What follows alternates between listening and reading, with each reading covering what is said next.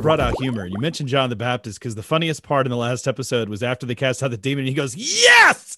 And my whole family just started laughing at that moment in time because you have these just not ill-timed, just appropriately timed moments where you realize, again, these were, I mean, when I think of the apostles, these are 12 men.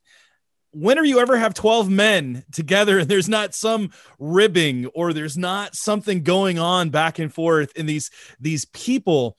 How did you balance that, bringing out just the humor aspect of it? Humor is a huge part of the show, intentionally. It's a huge part of my life. Sarcasm is one of my love languages. Roast humor is my favorite kind of humor. But humor has been a very important part of my life, and I believe it's a very important part of humanizing people, but I believe it's connective. I think whenever someone makes you laugh, by definition, you're drawn more to them because laughter is an involuntary response. It's always based on surprise, and you're like, wow.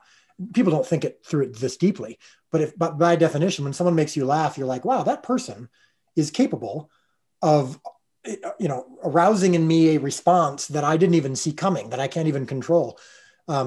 That's a really good thing. And I think that we really wanted to make that an important part of the show for multiple reasons. One, it kind of takes away some of the stained glass window, walk into the church heaviness.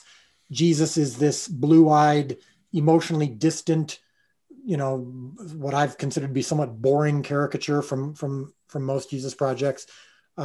Humor has a lot to do with it. So like the simple fact of showing Jesus wink in episode 2, when someone made a joke about his hometown, that alone has caused, we've gotten as many comments about that moment as almost any other moment in the show. Episode 5, when Jesus is dancing with his disciples in the wedding, and Simon asks if Jesus can make Andrew a better dancer. And Jesus says, some things even I cannot do. That was good, by the way. I love that. And that was rooted in the very first Jesus joke I ever told on screen was for one of the short films I did for Harvest Bible Chapel. And it was Jesus sitting around the fire with his disciples, and there was an arm wrestling match going on. And Andrew loses the wrestling match to Thaddeus, and they're all shocked. Like, I can't believe it. What is this? And Jesus says, even I didn't see that coming. And I remember when I wrote that.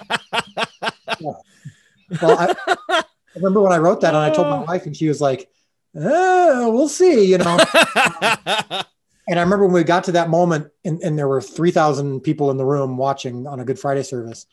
And that moment came, and it was so cool. Not only was there a huge laugh, but it was a laughter that I could recognize as almost relief and joy. It was like, oh, I've never seen Jesus that way before. That's the Jesus that I would follow. That's like the Jesus I'd want to hang around a campfire with. Like, it was just such this like beautiful moment of kind of just taking the sting off of it. And so that's intentional. Like, I mean, I think that's good art. I mean, I think any good art has contrasts. The best dramas are funny. The best comedies have emotion.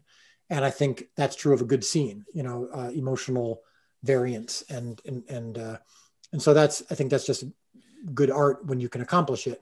But I think it's especially important in a Jesus project to kind of take the sting off of what we've typically experienced with Bible media.